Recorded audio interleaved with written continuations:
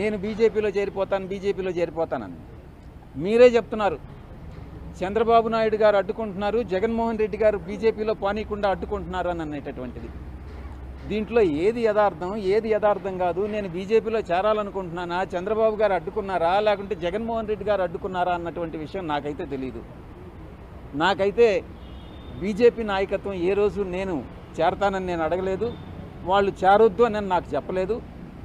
నేను 1 సంవత్సర కాలం దూరంగా ఉండదలుచుకున్నాను. 25 సంవత్సర కాలం పూర్తవుతుంది. ఆ తర్వాత నా భవిష్యత్ ప్రణాళిక అనేది నేను నిర్ణయించుకుంటాను.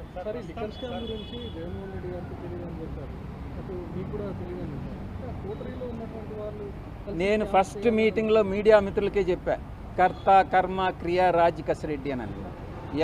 రాజ్ కసిరెడ్డిని అడిగితే సమాచారం దొరుకుతుందే కానీ జగన్మోహన్ రెడ్డి గారిని అడిగినా కూడా తెలియదు, నన్ను అడిగినా కూడా తెలియదు, మిథున్ రెడ్డిని అడిగినా కూడా తెలియదు. కర్త కర్మ క్రియని మాత్రమే అడగాలి. అధ్వానంగా ఉంది. టీడీపీ ప్రభుత్వం అధ్వానంగా ఉంది. పక్షపాత ధోరణి, కుల వివక్షత, అసమర్థత, వీటిటన్నిటితో కలిపి ప్రజలలో ఉన్నటువంటి అసంతృప్తి, ఇవన్నీ తెలుగుదేశం పార్టీ, చంద్రబాబు నాయుడు గారు ఒక సీనియర్ లీడర్, ఆయన అర్థం చేసుకుని ఆయన రెక్టిఫై చేసుకుంటే బహుశా అధికారంలో కొనసాగుతారేమో కానీ లేకుంటే ఆయన అధికారంలోకి తిరిగి వచ్చేటటువంటి అవకాశమే లేదు.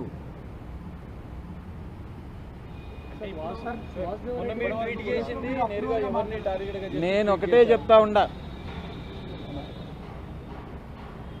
ఎవరైతే తెలుగుదేశం పార్టీకి వ్యతిరేకంగా మాట్లాడతారో ఆ వ్యతిరేకంగా మాట్లాడినప్పుడు వైఎస్ఆర్సీపీ వాళ్ళు చప్పట్లు కొడతారు. వైఎస్ఆర్సీపీని వ్యతిరేకంగా మాట్లాడినప్పుడు తెలుగుదేశం వాళ్ళు చప్పట్లు కొడతారు. నాకు ఏ చప్పట్లు వద్దు. మధ్య మార్గంగా నేను ఒక దారిని ఎంచుకోదలుచుకున్నా. నా దారే నేను రహదారిగా చేసుకుంటా.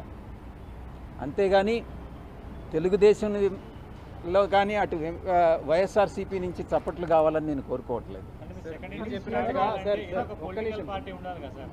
మీరే చెప్పండి సలహా.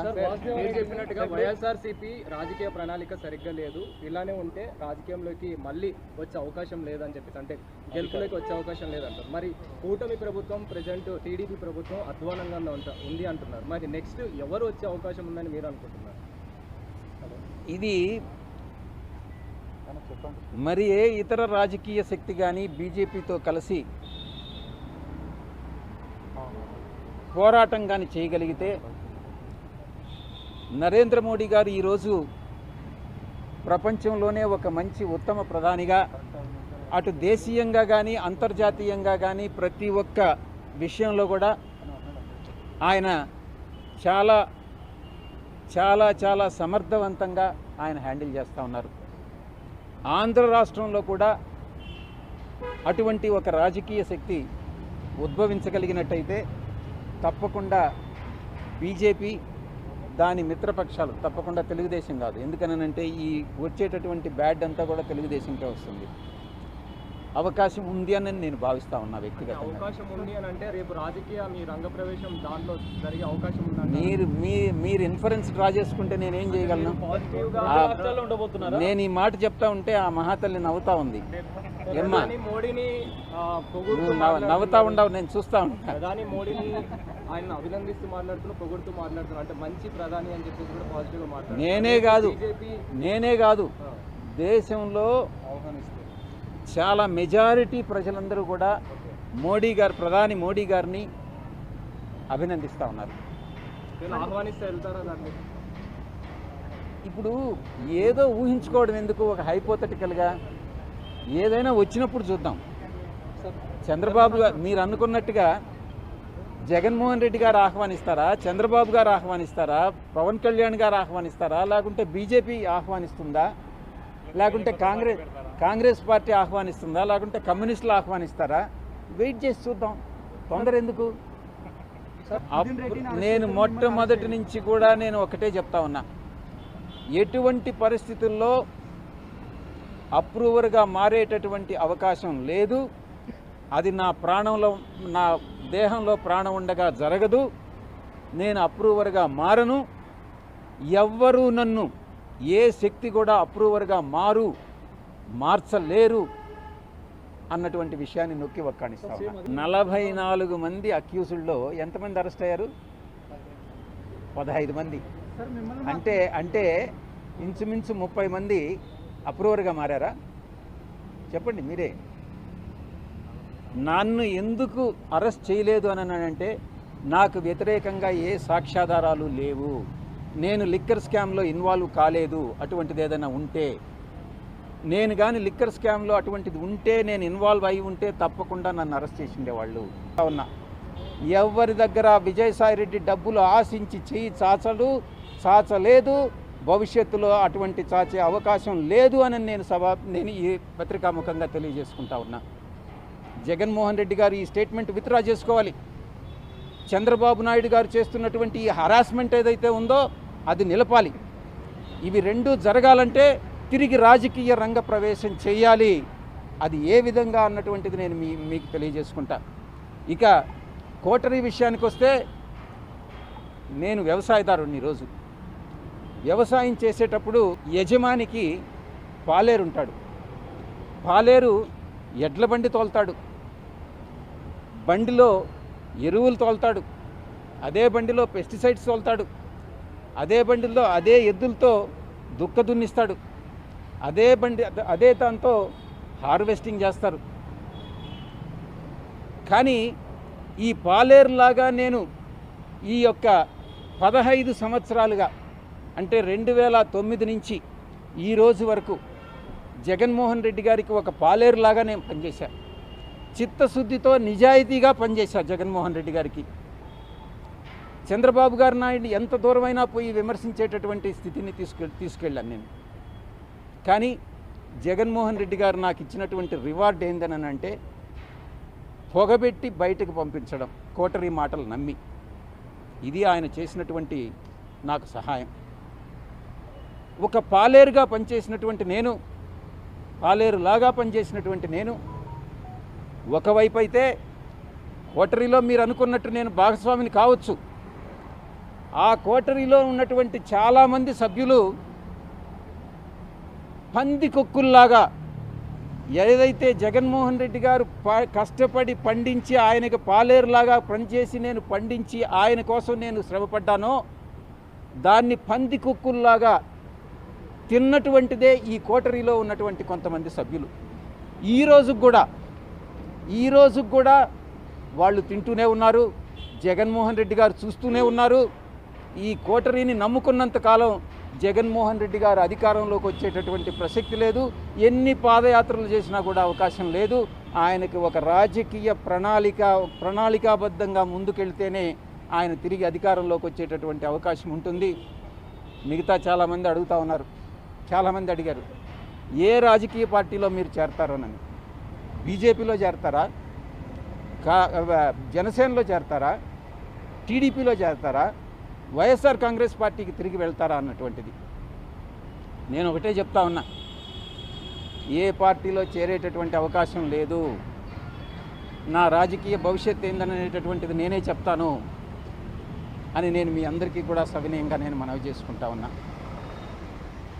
ఇక మొన్న సాయి జర్నలిస్ట్ ఒకటి చెప్తా ఉన్నారు. జర్నలిస్ట్ సాయి, నేనేదో సపరేట్ పార్టీ పెట్టి దానికి చంద్రబాబు మద్దతు తీసుకొని నాయుడు గారి దగ్గర నుంచి నేను ఆర్థిక సహాయం పొంది ఆయనలో ఒక భాగస్వామిని అయిపోతాను అని ఒక ఆరోపణ చేశాడు. ఆయనకి ఎవరు చెప్పారో నాకైతే తెలియదు. ఈ జర్నలిస్ట్ సాయి స్వీయ పరిజ్ఞానాన్ని ఉపయోగించి, ఈ జర్నలిస్ట్ సాయి అనేటటువంటి వ్యక్తి వైఎస్ఆర్సీపీ పేటిఎం బ్యాచ్, ఎవరికైతే మంత్లీ పే చేస్తున్నారో యూట్యూబ్ ఛానల్స్కి, దాంట్లో ఒక వ్యక్తి ఈ జర్నలిస్ట్ సాయి. నేను ఒక్కటే విజ్ఞప్తి చేస్తా ఉన్నా జర్నలిస్ట్ మిత్రులందరికీ, మీరు అనవసరంగా ఇన్ఫరెన్సెస్ డ్రా చేసుకోవద్దు. ఏదైనా ఉంటే నన్ను అడిగితే నేను నేరుగా చెప్తాను. చాలామంది మీడియా మిత్రులందరికీ నా ఫోన్ నెంబర్ వాళ్ళ దగ్గర ఉంది, నేను తప్పకుండా చెప్తాను అన్నటువంటి విషయాన్ని నేను మీ అందరికీ కూడా నేను తెలియజేసుకుంటా ఉన్నా. లాస్ట్గా ఇంకొక క్వశ్చన్ కూడా అడగడం జరిగింది. మీరు 100 కోట్ల రూపాయలు రాజ్ కసిరెడ్డికి మిథున్ రెడ్డి సలహా మేరకు అరబిందో నుంచి మీరు అరేంజ్ చేశారా అని. అవును, మిథున్ రెడ్డి అడగడం జరిగింది. ఆయన కోరిక మేరకు నేను రికమెండ్ చేసినటువంటి మాట వాస్తవమే. కానీ ఇంకొక ప్రశ్న కూడా, ఇది జగన్మోహన్ రెడ్డి గారికి తెలిసి జరిగిందా, జగన్మోహన్ రెడ్డి గారు మీకు చెప్పారా 100 కోట్లు అరేంజ్ చేయమని నేను ప్రశ్నించినప్పుడు, నేను బీజేపీలో చేరిపోతానని మీరే చెప్తున్నారు. చంద్రబాబు నాయుడు గారు అడ్డుకుంటున్నారు, జగన్మోహన్ రెడ్డి గారు బీజేపీలో పానీయకుండా అడ్డుకుంటున్నారు అని అనేటటువంటిది. దీంట్లో ఏది యథార్థం కాదు? నేను బీజేపీలో చేరాలనుకుంటున్నానా, చంద్రబాబు గారు అడ్డుకున్నారా, లేకుంటే జగన్మోహన్ రెడ్డి గారు అడ్డుకున్నారా అన్నటువంటి విషయం నాకైతే తెలియదు. నాకైతే బీజేపీ నాయకత్వం ఏ రోజు నేను చేరతానని నేను అడగలేదు, వాళ్ళు చేరొద్దు అని నాకు చెప్పలేదు. నేను 1 సంవత్సర కాలం దూరంగా ఉండదలుచుకున్నాను. 25 సంవత్సర కాలం పూర్తవుతుంది. ఆ తర్వాత నా భవిష్యత్ ప్రణాళిక అనేది నేను నిర్ణయించుకుంటాను.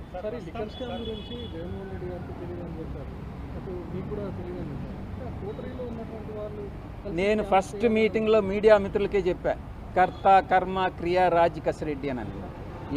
రాజ్ కసిరెడ్డిని అడిగితే సమాచారం దొరుకుతుందే కానీ జగన్మోహన్ రెడ్డి గారిని అడిగినా కూడా తెలియదు, నన్ను అడిగినా కూడా తెలియదు, మిథున్ రెడ్డిని అడిగినా కూడా తెలియదు. కర్త కర్మ క్రియని మాత్రమే అడగాలి. అధ్వానంగా ఉంది. టీడీపీ ప్రభుత్వం అధ్వానంగా ఉంది.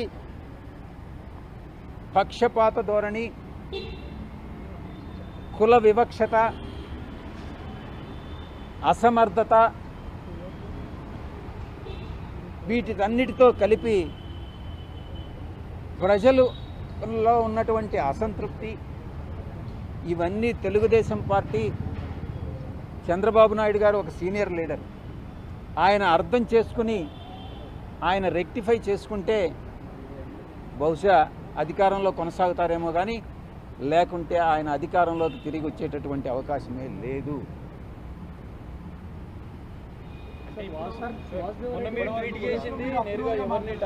నేను ఒకటే చెప్తా ఉండా, ఎవరైతే తెలుగుదేశం పార్టీని వ్యతిరేకంగా మాట్లాడతారో, ఆ వ్యతిరేకంగా మాట్లాడినప్పుడు వైఎస్ఆర్సీపీ వాళ్ళు చప్పట్లు కొడతారు. వైఎస్ఆర్సీపీని వ్యతిరేకంగా మాట్లాడినప్పుడు తెలుగుదేశం వాళ్ళు చప్పట్లు కొడతారు. నాకు ఏ చప్పట్లు వద్దు. మధ్య మార్గంగా నేను ఒక దారిని ఎంచుకోదలుచుకున్నా. నా దారే నేను రహదారిగా చేసుకుంటా. అంతేగాని తెలుగుదేశంలో కానీ అటు వైఎస్ఆర్సీపీ నుంచి చప్పట్లు కావాలని నేను కోరుకోవట్లేదు. మీరే చెప్పండి సలహా. మీరు చెప్పినట్టుగా వైఎస్ఆర్సీపీ రాజకీయ ప్రణాళిక సరిగ్గా లేదు, ఇలానే ఉంటే రాజకీయంలోకి మళ్ళీ వచ్చే అవకాశం లేదని చెప్పేసి, అంటే గెలుపులోకి వచ్చే అవకాశం లేదంటారు. మరి కూటమి ప్రభుత్వం, ప్రజెంట్ టీడీపీ ప్రభుత్వం అధ్వానంగా ఉంది అంటున్నారు. మరి నెక్స్ట్ ఎవరు వచ్చే అవకాశం ఉందని మీరు అనుకుంటున్నారు? ఇది మరి ఏ ఇతర రాజకీయ శక్తి కానీ బీజేపీతో కలిసి పోరాటం కానీ చేయగలిగితే, నరేంద్ర మోడీ గారు ఈరోజు ప్రపంచంలోనే ఒక మంచి ఉత్తమ ప్రధానిగా, అటు దేశీయంగా కానీ అంతర్జాతీయంగా కానీ ప్రతి ఒక్క విషయంలో కూడా ఆయన చాలా చాలా చాలా సమర్థవంతంగా ఆయన హ్యాండిల్ చేస్తూ ఉన్నారు. ఆంధ్ర రాష్ట్రంలో కూడా అటువంటి ఒక రాజకీయ శక్తి ఉద్భవించగలిగినట్టయితే తప్పకుండా బీజేపీ, దాని మిత్రపక్షాలు, తప్పకుండా తెలుగుదేశం కాదు. ఎందుకనంటే ఈ వచ్చేటటువంటి బ్యాడ్ అంతా కూడా తెలుగుదేశంకే వస్తుంది. అవకాశం ఉంది అని నేను భావిస్తా ఉన్నా వ్యక్తిగతంగా. అవకాశం ఉంది అని అంటే రేపు రాజకీయ మీ రంగ ప్రవేశం దాంట్లో జరిగే అవకాశం ఉందండి. మీరు ఇన్ఫరెన్స్ డ్రా చేసుకుంటే నేనేం చేయగలను? నేను ఈ మాట చెప్తా ఉంటే ఆ మహాతల్లి నవ్వుతా ఉంది. ఏమ్మా మోడీని నవ్వుతా ఉండవు, నేను చూస్తా ఉంటా. ప్రధాని మోడీని ఆయన అభినందిస్తూ మాట్లాడుతున్నా, పొగుడుతూ మాట్లాడుతున్నా, అంటే మంచి ప్రధాని అని చెప్పేసి కూడా పాజిటివ్గా మాట్లాడుతున్నారు. నేనే కాదు దేశంలో చాలా మెజారిటీ ప్రజలందరూ